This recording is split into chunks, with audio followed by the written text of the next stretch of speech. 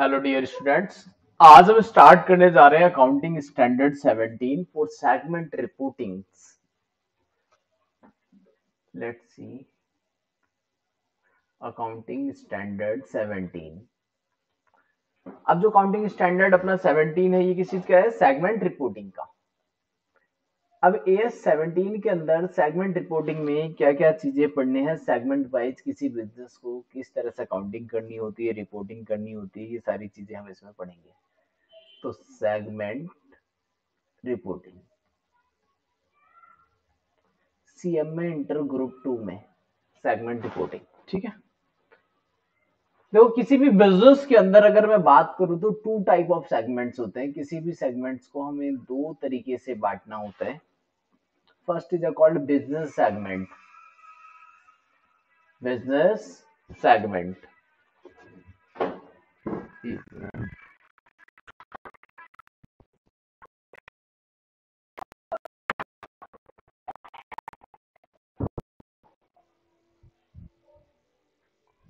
अब business segment में क्या होता है, देखें।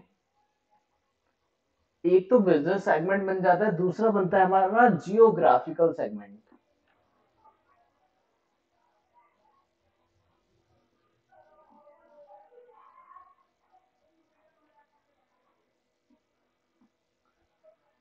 Geographical segment. तो एएस 17 सेगमेंट रिपोर्टिंग के अंदर दो तरह के सेगमेंट्स हैं हमारे पास, बिजनेस सेगमेंट और जियोग्राफिकल सेगमेंट्स। अब इसमें पता कैसे करोगे कौन सा बिजनेस सेगमेंट है, जियोग्राफिकल सेगमेंट कौन सा है? जब कोई बिजनेस अपने सेगमेंट्स को प्रोडक्ट या फिर सर्विस के बेस पे डिवीजन करता है। सपोज करो हम दो तरह का प्रोडक्ट बनाते हैं। कोई प्रोडक्ट है इलेक्ट्रॉनिक आइटम्स भी बनाते हैं, अदर फर्नीचर आइटम्स भी बनाते हैं। तो प्रोडक्ट वाइज या फिर सर्विस वाइज, ठीक है। कोई कंपनी प्रोवाइड करती है सर्विसेज, तो डिफरेंट टाइप की सर्विस अगर प्रोवाइड करती है तो सर्विस वाइज भी क्या करती है, आपके बिजनेस सेगमेंट को डिवाइड कर सकती है, ठीक है। अब जियोग्राफिकल्स में क्या करना होता है? जियोग्राफिक सेगमेंट का मतलब है लोकेशन ऑफ कस्टमर के अकॉर्डिंग, यानी कि बिजनेस की लोकेशन। हम दिल्ली में भी काम करते हैं, मुंबई में भी काम करते हैं, चेन्नई में भी काम करते हैं। तो चेन्नई को मैंने अलग सेगमेंट बना दिया, मुंबई का सेगमेंट पूरा अलग कर दिया, दिल्ली सेगमेंट अलग कर दिया, इस तरह से लोकेशन के अकॉर्डिंग। लोकेशन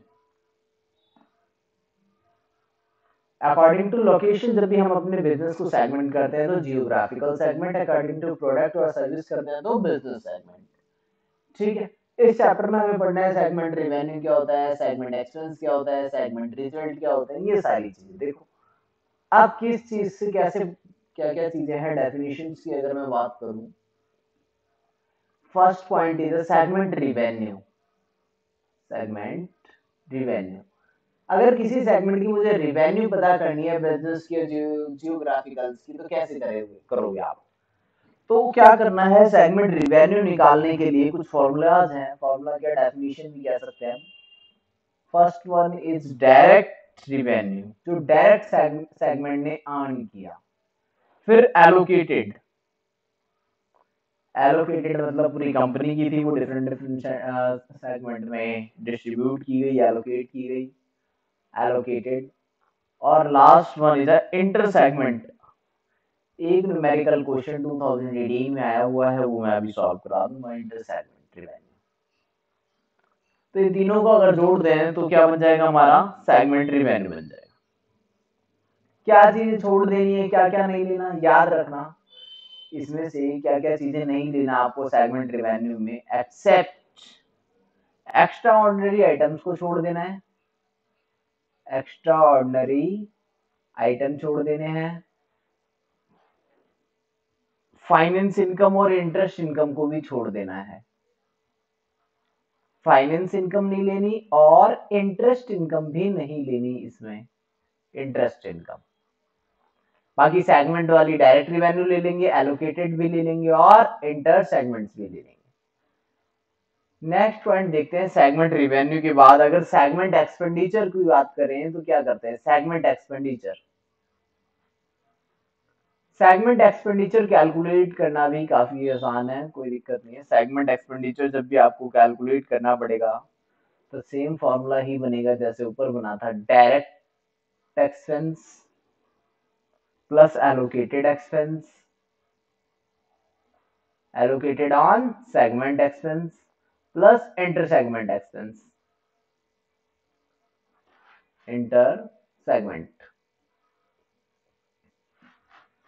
क्या क्या चीजें इसमें नहीं लेनी, सेम, ठीक है, except extra ordinary items, finance expense और इंटरेस्ट एक्सपेंस। तो यही सारी चीजें यहां पर भी नहीं लेंगे, except extra ordinary item. Extra ordinary item को ऐसा नहीं लेंगे, यानी कि, और फाइनेंस एक्सपेंस भी नहीं लेंगे, इंटरेस्ट एक्सपेंस नहीं लेंगे, इनकम टैक्स भी नहीं लेंगे, interest and income tax expense, ठीक है, एंड जर्नल एडमिनिस्ट्रेशन भी नहीं लेते। जर्नल यानी कि डायरेक्ट जो खर्चे हैं वही ले लो, बाकी सारे छोड़ दो।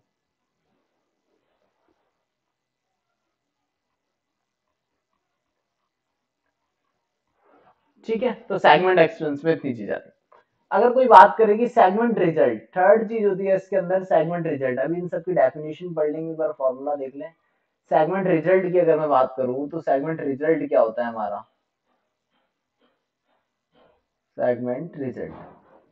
सेगमेंट रिजल्ट के अंदर आता है रेवेन्यू माइनस एक्सपेंस। सेगमेंट की जो भी हमारी रेवेन्यू है उसमें से क्या करो, सेगमेंट एक्सपेंस को माइनस कर दो, तो सेगमेंट का रिजल्ट आ जाएगा।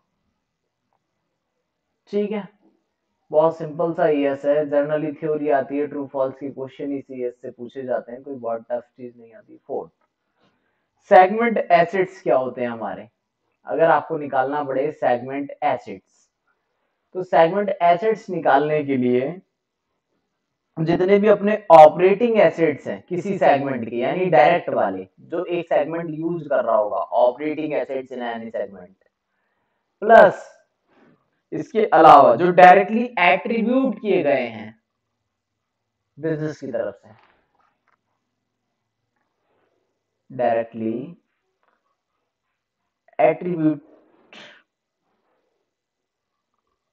एट्रीब्यूटेबल लिख लेते हैं, एट्रीब्यूटेबल एसेट्स। ठीक है, तो कोई कॉमन बिजनेस है जिसका सेगमेंट कर दिया तो उसके सेगमेंट एसेट्स होंगे, segment result, segment expense, segment revenue, ये सारी चीजें निकालनी होंगी। ऐसी सेगमेंट लायबिलिटीज भी होंगी फिर। ठीक है, तो छोटा मोटा क्वेश्चन पूछ सकता है ट्रू फॉल्स से रिलेटेड, 2-3 नंबर का, ये सब बहुत ज्यादा नहीं। सेगमेंट लायबिलिटी, अगर सेगमेंट लायबिलिटी आ जाएगी तो सेम फॉर्मूला बनेगा, ऑपरेटिंग लायबिलिटी यानी कि करंट अपने ऑपरेशन से जो भी जनरेट हुई होगी, साथ में डायरेक्टली एट्रीब्यूटेबल, डायरेक्टली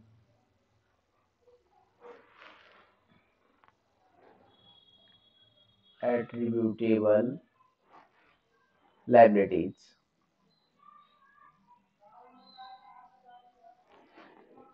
तो ये सारी चीजें आती हैं। अब सबसे ज्यादा इंपॉर्टेंट बात आती है जो इस ईयर्स का नाम है, year 17 is a segment reporting. क्या जितने भी हमारे पास सेगमेंट है उन सबको रिपोर्ट करना जरूरी है? एवरी सेगमेंट इज रिपोर्टेबल और not, is every segment is reportable और नॉट। तो कैसे पता करोगे, is every segment is reportable, ये बात पता कैसे चलेगी? ठीक है, तो इसके लिए कुछ कंडीशंस हैं। तो सारे सेगमेंट रिपोर्टेबल नहीं होते, कुछ ही सेगमेंट रिपोर्टेबल होते हैं जब कंडीशंस को सेटिस्फाई करते हैं। ठीक है, तो यहां लिख देंगे हम no only which satisfy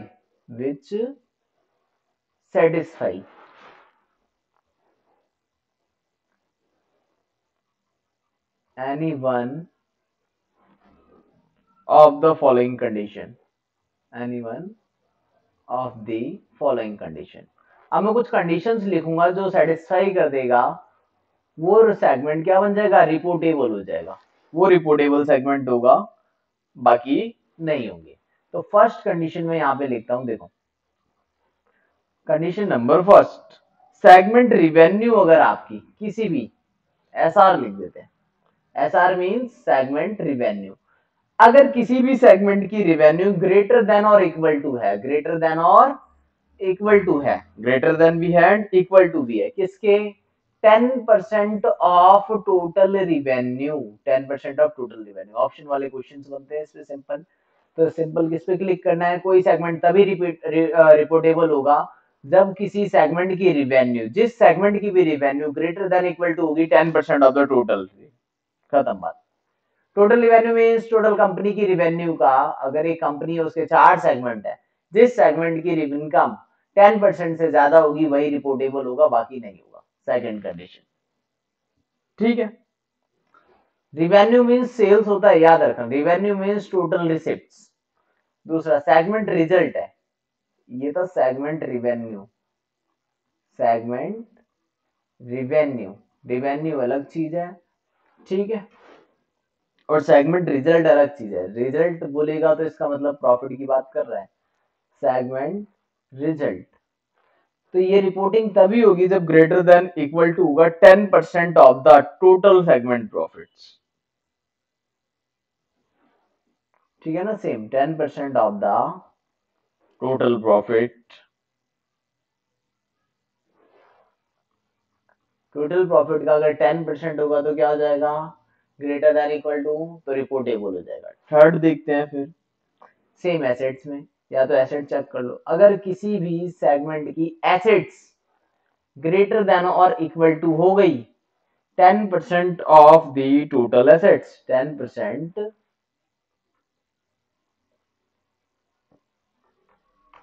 10% of the total assets, total assets के 10% से ज्यादा ये इक्वल टू हो गया तो क्या हो जाएगा, वो भी रिपोर्टेबल हो जाएगा, D. Next is a segment अगला लाइबिलिटी से तो खैर नहीं करते थे, देखो एक पार्ट और बनता है, जनरली हमें 10% ही चेक करना पड़ेगा,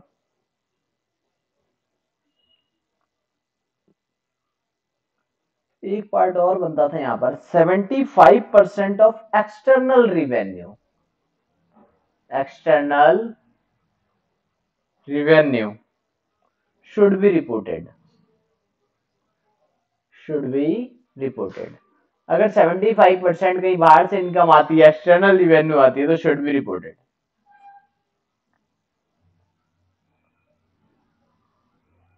और मैनेजमेंट भी कर सकता है, मैनेजमेंट की अपनी मर्जी है, एड मैनेजमेंट डिसीजन भी लिख सकते हैं, एड मैनेजमेंट डिसीजन, ठीक है, एड मैनेजमेंट डिसीजन। तो इस तरह से किसी भी सेगमेंट को बोला जा सकता है रिपोर्टेबल है। जनरली आपको ऊपर के 3 पार्ट याद रखने हैं, अगर 10% से ज्यादा रिवेन्यू हो जाएगी टोटल से, 10% से टोटल प्रॉफिट्स, या 10% ऑफ द टोटल एसेट्स के। अब इसकी थोड़ी सी थ्योरी देखते हैं, क्या है देखो फटाफट। Objective, the objective of this standard is establish principle for reporting financial information about the different type of product and service and enterprises produce the different geographical area in which it operates.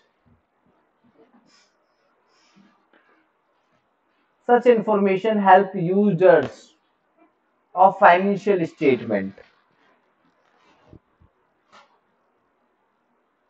देखो आगे क्या लिखा है,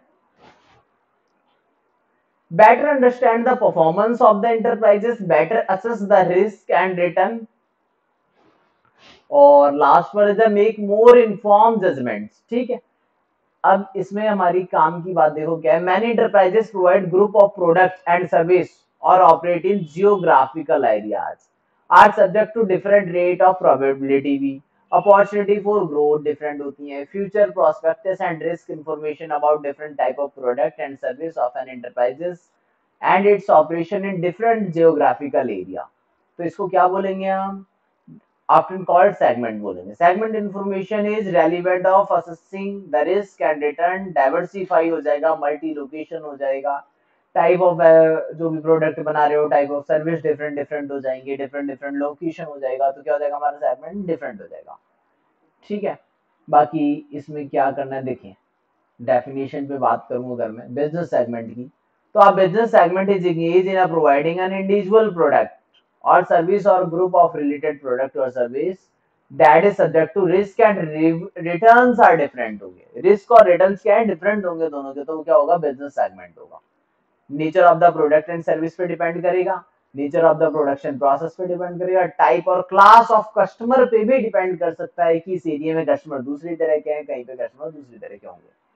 ठीक है। Method use for distribute the product इस तरह से ही बांट सकते हैं, और applicable the nature of the regulatory of environments, example banking है, इंश्योरेंस है, पब्लिक यूटिलिटीज है, इस तरह से।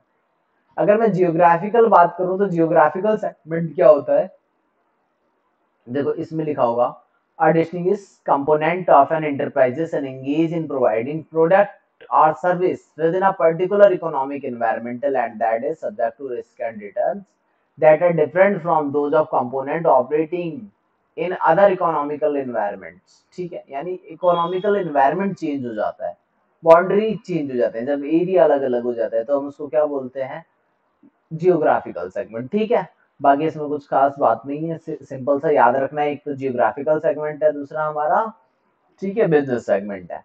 अब सेगमेंट की रिवेन्यू क्या कहती है, एग्रीगेट ऑफ किसका, पोर्शन ऑफ एंटरप्राइजेस रिवेन्यू मतलब डायरेक्टली एट्रीब्यूटेबल। ठीक है, relevant portions revenue from transfer यानी इंटरनल वाली। ठीक है, ये चीज मैंने फॉर्मूले में लिख दिया, क्या क्या इंक्लूड नहीं करना ये भी मैंने आपको फॉर्मूले में बता दिया। Same segment expense already explain कर दिया। The expense resulting from the operating activities, operational लिखा हुआ है, एट्रीब्यूटेबल भी लिखा हुआ है। Relevant portion of enterprises expense can be allocated reasonable basis, जो एलोकेबल था वो भी मैंने फॉर्मूले में लिख दिया है। क्या क्या नहीं इंक्लूड करना वो बात भी लिखी हुई है, जनरल एडमिनिस्ट्रेशन, इनकम टैक्स, ये सारी चीजें मैंने आपको फॉर्मूले में लिख के दे दी। फिर सेगमेंट रिजल्ट क्या होता है, इसके बाद ये भी बता दिया, segment result is the difference between the segment revenue and segment expenses, जो भी डिफरेंस होगा इनके बीच में क्या हमारा सेगमेंट रिजल्ट हो जाएगा। सेगमेंट एसेट्स क्या होते हैं, ठीक है, इसका भी formula, are those operating assets that are employed by and segments operating activities either are directly attributable, वो वाले भी ले लेंगे। ठीक है, allocated जो है। segment assets do not include income tax assets, यानी कोई अगर income tax से related assets है, deferred tax assets वगैरह हो गया, या prepaid taxes है, these are not part of segment assets। segment liabilities भी, ठीक है, same formula already given है। अब the definition allows geographical segment to be based on either the location of the production service, जो ऊपर हम मैंने आपको पढ़ाया वही सेम बात यहाँ पे भी लिखी हुई है।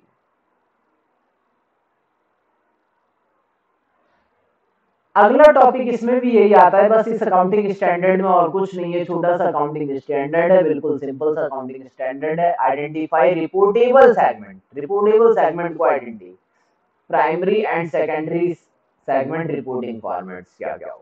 ठीक है, तो देखो मैं बात यहाँ पर अगर बात करें तो बिजनेस एंड जियोग्राफिकल सेगमेंट है, business and geographical segment of enterprises for external reporting purpose should be those organization unit information is reported to the board of directors and should be chief executive officer to the purpose of evaluating for making about the future allocation of resources। किस तरह से करना है देखें इसको। सबसे पहले क्या बोला इसने, रिपोर्टेबल सेगमेंट्स कौन कौन से होंगे, segment is reportable if its revenue from sales, external customer transaction, other segment कितना 10% और मोर। सिंपल सी बात है, टोटल रिवेन्यू का कितना 10% से ज्यादा होगा अगर टोटल के, तो क्या बन जाएगा सेगमेंट। अगर सेगमेंट का रिजल्ट भी किससे ज्यादा हो जाएगा, 10% से। सेकंड, रिजल्ट से related. Third, combined result of segments. ठीक है, combined result of all segment in losses, losses की केस में भी सेम है। एसेट्स की केस में भी कितना देखना है मुझे, 10% देखना है। ठीक है, segment information should be prepared conformity with the accounting policy adopted. ठीक है, बाकी वही लिखा है। प्राइमरी रिपोर्टिंग फॉर्मेट देखते हैं, बाकी कुछ भी इसमें बहुत ज्यादा इंपॉर्टेंस नहीं है। The disclosure requirement, her year के बाद हम डिस्क्लोजर पढ़ते हैं, इसमें भी लिखा हुआ है the disclosure requirement should be applied to each reportable segment based on primary reporting format and enterprises should disclose the following segment revenue classified into segment revenue from sales to external customer, segment results। ये सारी चीजें आपको क्या करनी पड़ेंगी, disclose करनी पड़ेंगी। Total carrying amount कितना है, total amount of segment liabilities कितनी है, total cost incurred during the period of acquire segment assets, ये सारी चीजें क्या करनी पड़ती हैं, ये सेगमेंट्स को डिस्क्लोज करनी पड़ती हैं in every year financial statements के अंदर। ठीक है, बाकी इससे क्वेश्चन किस तरह से आता है मैं वो बता देता हूँ। बाकी अपने को याद क्या रखना है, दो तरह के सेगमेंट थे, बिजनेस और business segment, second is a geographical segment. फिर उसको कब किस तरह से हम एट्रीब्यूट करते हैं, सेगमेंट रिजल्ट क्या था, रेवेन्यू क्या था, एसेट, सेगमेंट लायबिलिटीज। ठीक है,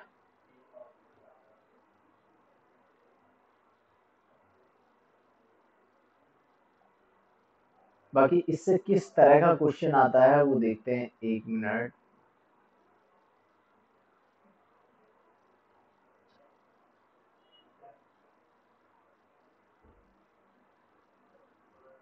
ये आपका स्कैनर, इस स्कैनर में अभी देखते हैं किस तरह का क्वेश्चन आता है एग्जाम के अंदर।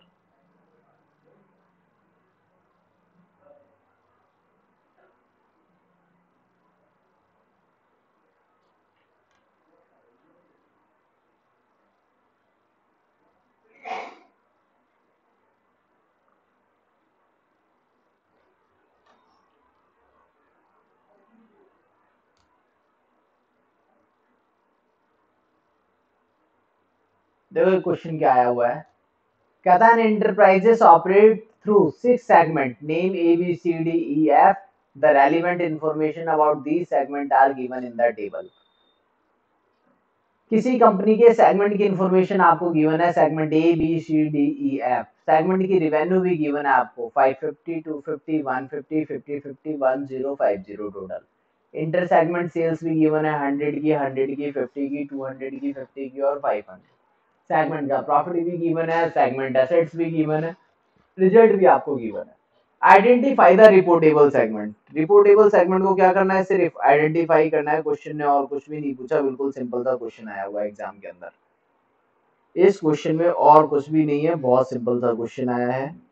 सिर्फ आइडेंटिफाई करके हमें क्या बता देना है, इसमें रिपोर्टेबल सेगमेंट कौन सा है और कौन सा नहीं है, बस। तो देखो कैसे करोगे इस क्वेश्चन को सॉल्व, एक ही बार एग्जाम में क्वेश्चन आया है इससे, 5 नंबर का क्वेश्चन है, सिंपल सा। तो हम इसमें ये चेक कर लेंगे कि किसमें 10% से ऊपर है। कोई सी भी एक कंडीशन सेटिस्फाई कर जाएगा तो क्या बन जाएगा, वो हमारा रिपोर्टेबल सेगमेंट बन जाएगा। तो कैसे चेक करेंगे, ये हमें कैलकुलेशन करनी पड़ेगी, दोबारा से टेबल बनानी पड़ जाएगी। देखो कैसे बनाएंगे।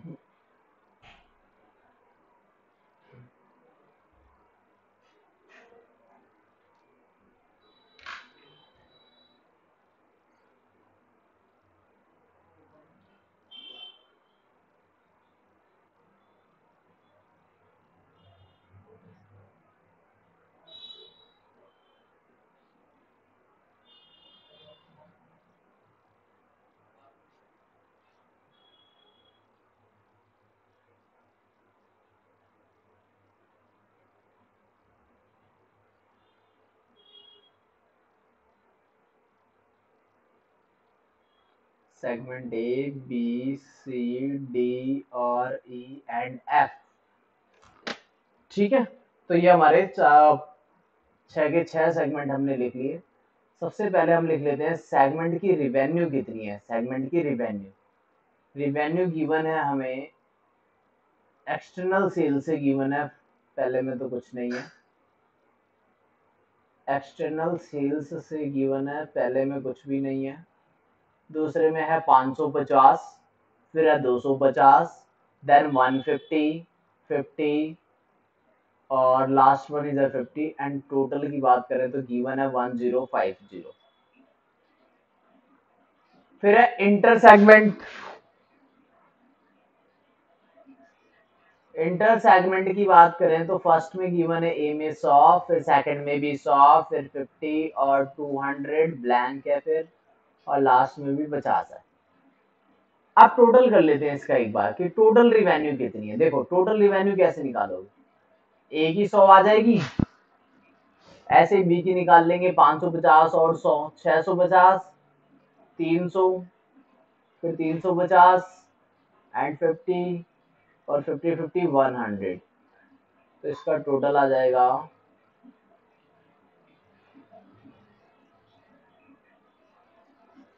100 200 300 400 500, टोटल आ जाएगा भाई 1550। ये आ गया हमारा टोटल। टोटल रिवेन्यू का कॉलम बन गया एक रॉ। एक तो एक लाइन बना दी हमने टोटल रिवेन्यू की। अब सेगमेंट रिजल्ट हमें गिवन ही है, तो सेगमेंट रिजल्ट भी लिख देते हैं यहाँ पर। सेगमेंट रिजल्ट ऑलरेडी गिवन है,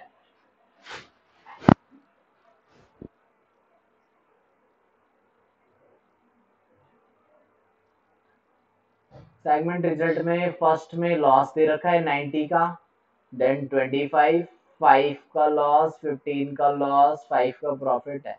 तो आप क्या करोगे, प्रॉफिट को अलग सम कर लो, 25 15 और 5। ठीक है, जितना भी प्रॉफिट है इनको डिफरेंट डिफरेंट है, ये अलग से सम कर लो।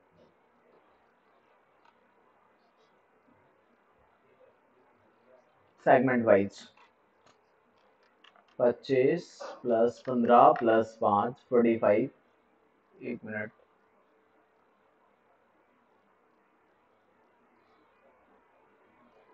अच्छा ये भी लॉस है। तो ये हो गई हमारी रिवेन्यू, तो हो गई 40 और लॉस में है 90 15 और 5, तो लॉस हो गया हमारा 1110। 1110 का लॉस हो गया, ये अलग लिख लेना, ये लॉस है। और जबकि बाकी हमारी रिवेन्यू है। फिर सेगमेंट एसेट्स भी गिवन है, सेगमेंट एसेट्स का भी मुझे टोटल करना पड़ेगा एक बार। तो सेगमेंट एसेट्स क्या क्या है अपने पास, 30 50 10 20 10 और 5। तो सेगमेंट एसेट्स का भी टोटल कर लेते हैं, 30 50 10 20 एंड 10 और 5। टोटल हो रहा है 125। अब कैसे चेक करेंगे, देखो रिपोर्टेबल है या नहीं, ये टेबल बना ली, इस टेबल के अकॉर्डिंग चेक हो जाएगा। फर्स्ट ऑफ ऑल रिवेन्यू देखनी है, टोटल रिवेन्यू कितनी है। अब देखो सॉल्यूशन कैसे करोगे यहाँ पर। टोटल रिवेन्यू, टोटल रिवेन्यू है 1550, 10% करो इसका 155। 155 से रिवेन्यू किसकी ज्यादा है, बी की, सी की और डी की। तो रिपोर्टेबल सेगमेंट कौन से हुए, लिख दो यहाँ पर। According to total revenue 10% is greater than in segment B and C and D. ठीक है, जिसमें भी 10% से ज्यादा होगा वो रिपोर्टेबल होगा, बाकी सेगमेंट रिपोर्टेबल नहीं है जिसमें 155 से कम है। ठीक है, बी सी एंड डी। अब सेगमेंट रिजल्ट भी,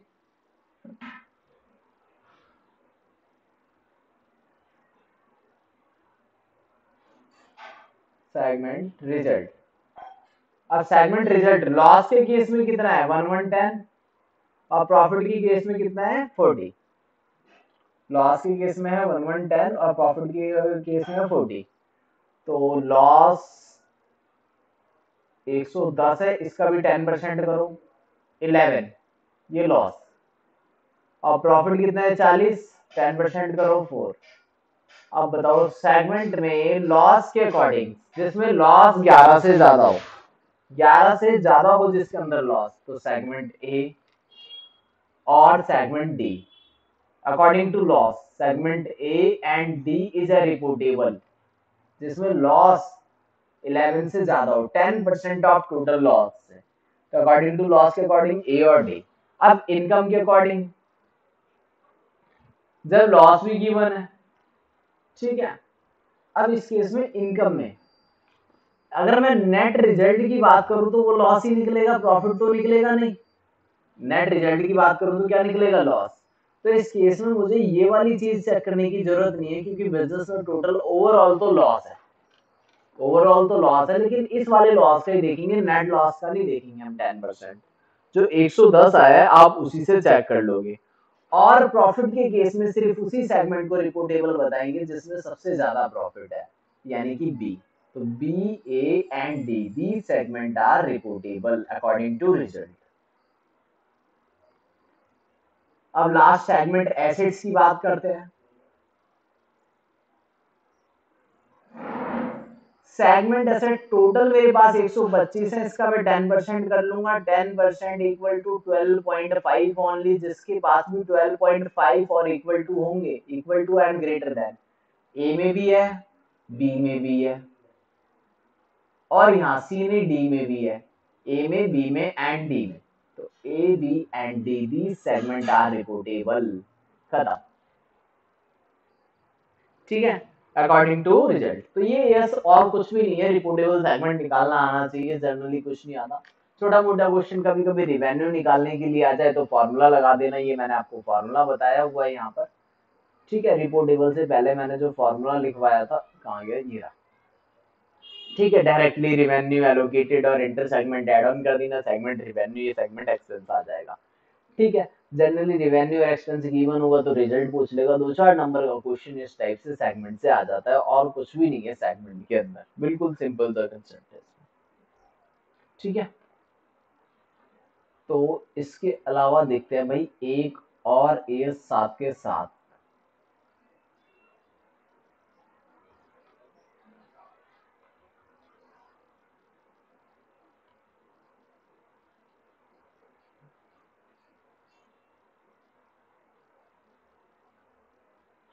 accounting standard 15 employee benefit expense. Employee benefit expense क्या होता है, देखो एएस 15 है, एक मिनट, इसको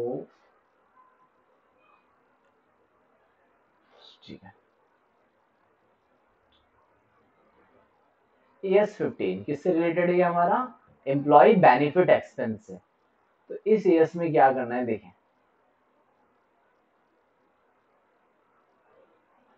एक minute,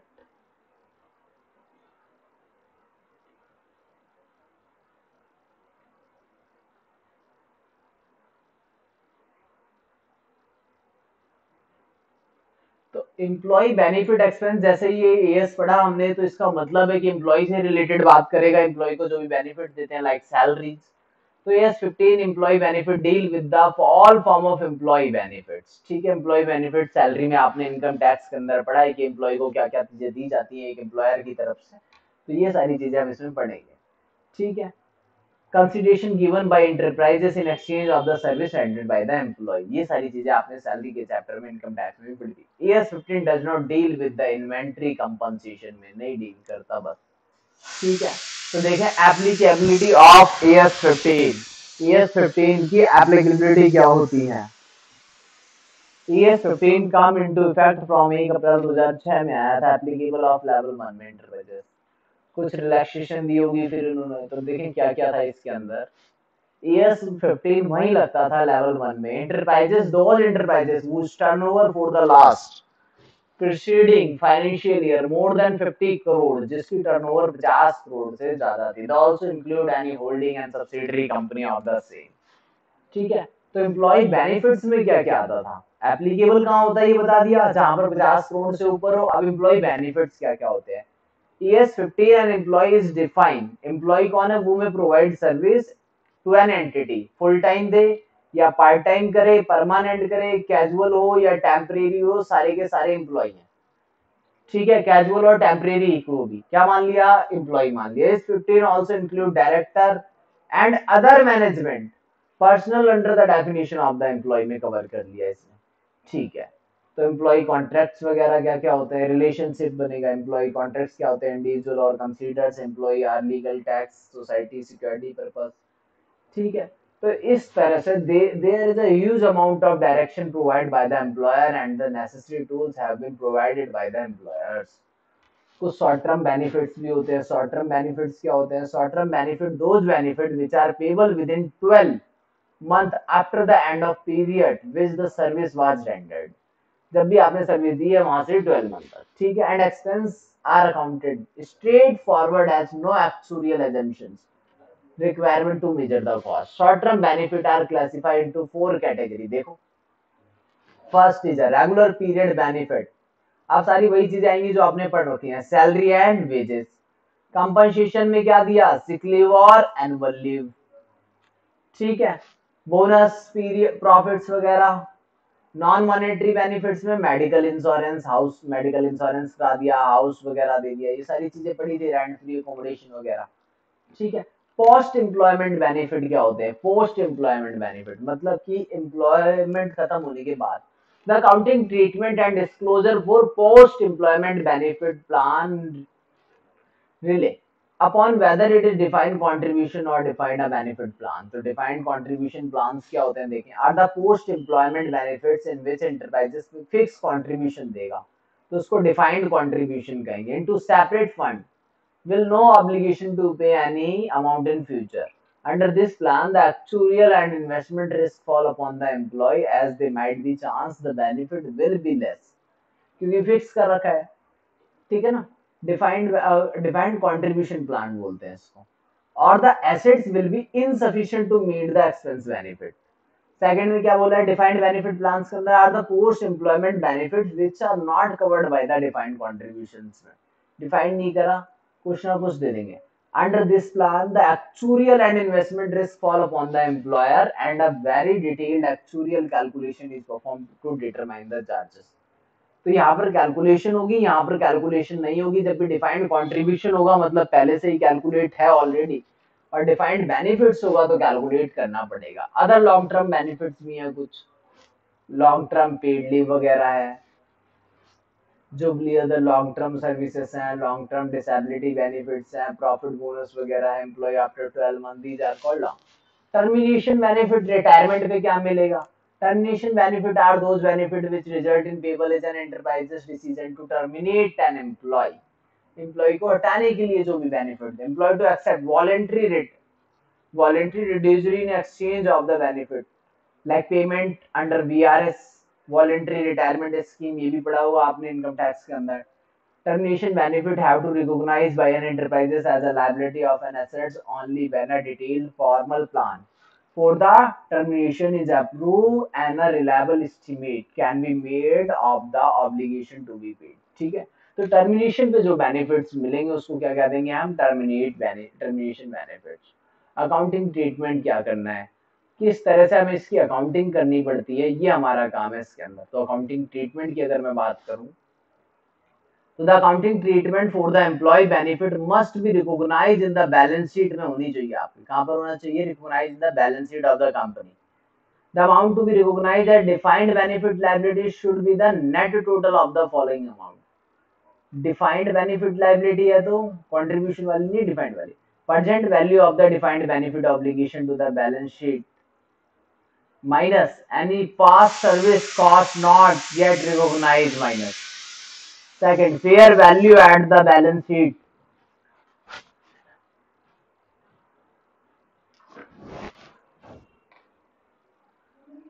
Fair value at the balance sheet date of the plan assets, if any, out of which the obligation are to be settled directly. ठीक है। डिस्क्लोजर क्या क्या देना है, इसके भी सिंपल सिंपल से क्वेश्चंस हैं, इसके भी क्वेश्चंस मैं बता दूंगा, कोई दिक्कत नहीं है। इस 15 के जो भी क्वेश्चंस हैं, छोटे मोटे क्वेश्चंस आते हैं। If the enterprises is uncertain about the number of employee who will accept the number of termination benefits, तो ये disclosure देना पड़ेगा। Then there will be contingent liability होगी, disclosure। Such contingent liability must be disclosed करनी पड़ेगी। Contingent liability किसमें आती है? Accounting standard 29 में, ठीक है। बट एम्प्लॉय से रिलेटेड है तो ये 15 में भी काउंट होगी। And enterprises had to disclose the information about the termination benefit for key management personals। इसको क्या करना पड़ेगा? डिस्क्लोज करना पड़ेगा, ठीक है। इससे रिलेटेड मैं क्वेश्चन दिखाता हूँ आपको एग्जाम में किस टाइप से क्वेश्चंस आते हैं। ES 15 से रिलेटेड कैसे क्वेश्चंस आते हैं एग्जाम के अंदर।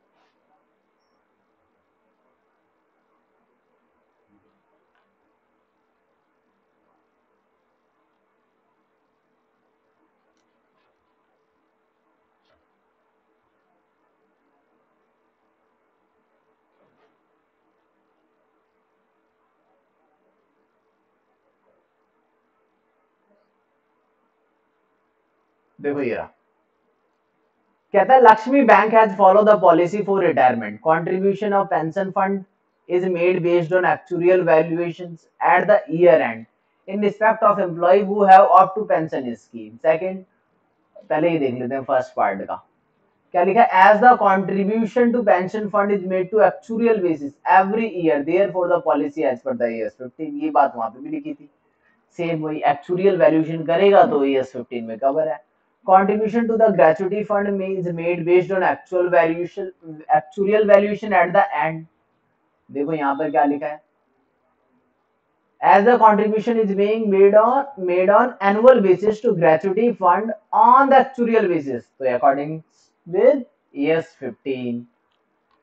लेकिन लास्ट में देखो फिर लीव इनकैशमेंट अकाउंटिंग पे एज यू गो, पे एज यू गो, ये बात लिख दी। मेथड जब वो जाएगा तो उसको मिल जाएगा, ये ES 15 के अंदर कहीं पे भी नहीं लिखी, तो ये नहीं होना चाहिए। लास्ट वाला देखते हैं, as regard leave encashment which is accounted as pay as you go basis is not accordance with the ES 15, ठीक है। it should be accounted for an actual basis पे आपको कैलकुलेशन करना पड़ेगा बस, ठीक है, और कुछ भी नहीं।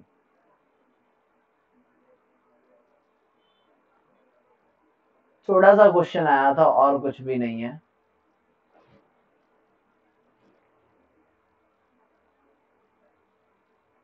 एक और देखो,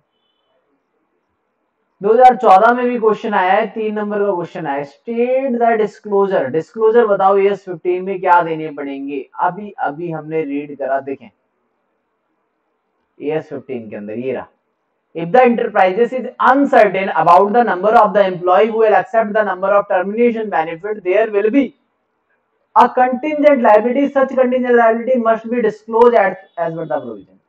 ये बात लिखी हुई है यहाँ पर। अब इसको देखते हैं उसमें क्या लिख रखा है इन्होंने, देखो फर्स्ट पार्ट है ना, ये रहा, in view of varying practice, adequate disclosure, accounting and understanding the significant such cost of the employer, ठीक है, इन्होंने अपनी मर्जी से कुछ दे रखा है। Disclosure separately made as statutory compliances और अदरवाइज रिटायरमेंट बेनिफिट कॉस्ट क्या क्या होगी, ये सारी चीजें डिस्क्लोज कर दी। Element of employee remuneration which specific disclosure, financial statement should disclose whether actual valuation को भी क्या करना पड़ेगा, डिस्क्लोज करना पड़ेगा, is made to end the counting period or earlier, जब भी एक्चुअल वैल्यूएशन एंड मेथड जो भी यूज करा होगा उसने वो क्या करना पड़ेगा, डिस्क्लोज करना पड़ेगा। बाकी कंटिजेंट लायबिलिटी भी डिस्क्लोज करनी पड़ेगी, टर्मिनेशन नंबर्स भी डिस्क्लोज करने पड़ेंगे। तो जितनी भी चीजें एम्प्लॉय से रिलेटेड होती हैं वो हमें क्या करनी पड़ती है, डिस्क्लोज करनी पड़ती है। और देखते हैं भाई क्वेश्चन, प्रैक्टिकल क्वेश्चन आ गए आगे। तो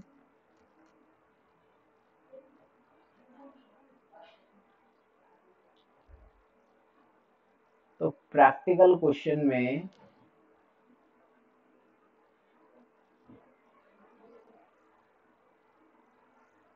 देखो एक क्वेश्चन ये रहा, कहता है Gangotri limited report the following information regarding pension plan assets, pension plan assets 17 lakh, 16 lakh, 1,80,000 और 1,50,000, calculate the actual return on plan on assets ES 15, 2 marks का क्वेश्चन आया हुआ है, सिंपल, ठीक है।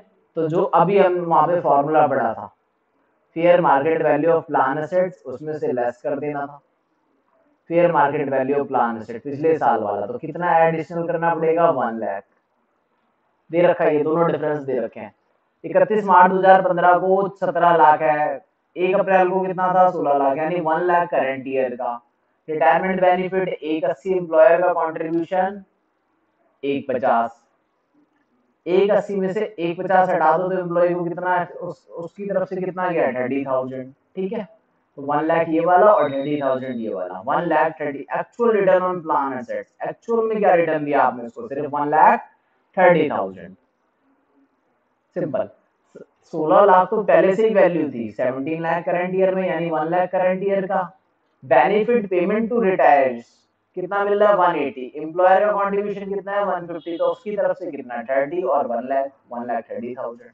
Actual return on plan assets 1 lakh 30,000।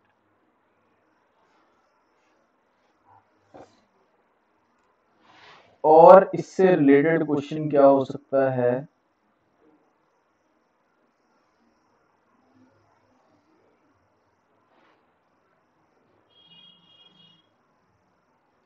यहाँ पर भी सेम है, देखो 2016 में भी सेम क्वेश्चन था, fair value of plan assets कितना दे रखा है बिगिनिंग का 3800 4300, डिफरेंस ले लो इनका 3 और 2 500 आ जाएगा, ठीक है ना। 3800 दे रखा है और इसमें से एंड वाला कितना दे रखा है 4300, तो 43 में से हम 3800 लेस कर लेंगे, ठीक है। इन्होंने लास्ट में लेस कर दिया, कोई बात नहीं, तो 4300 में 3800 लेस कर दोगे तो आ जाएगा 500 कोई। The employer contribution 300, benefit paid to retiree कितना 400, तो इन दोनों का डिफरेंस है कितना हमारा 4300 और 3800 का डिफरेंस 500 और 100 600 रुपए का, तो 600 रुपए आंसर आ गया ये देखो डायरेक्ट, ठीक है। इस बार इन्होंने टेबल में नहीं नीचे निकाल दिया, यहाँ पर तो सारी चीजें बस कॉपी कर रखी है। तो ओपनिंग वैल्यू क्लोजिंग वैल्यू का डिफरेंस लेना है और जितना एम्प्लॉयर दे रहा है टोटल में से वो हटा देना है, तो यहाँ पर 500 रुपए और 100 रुपए टोटल 600 रुपए प्लान एसेट्स की वैल्यू आ जाएगी खत्म।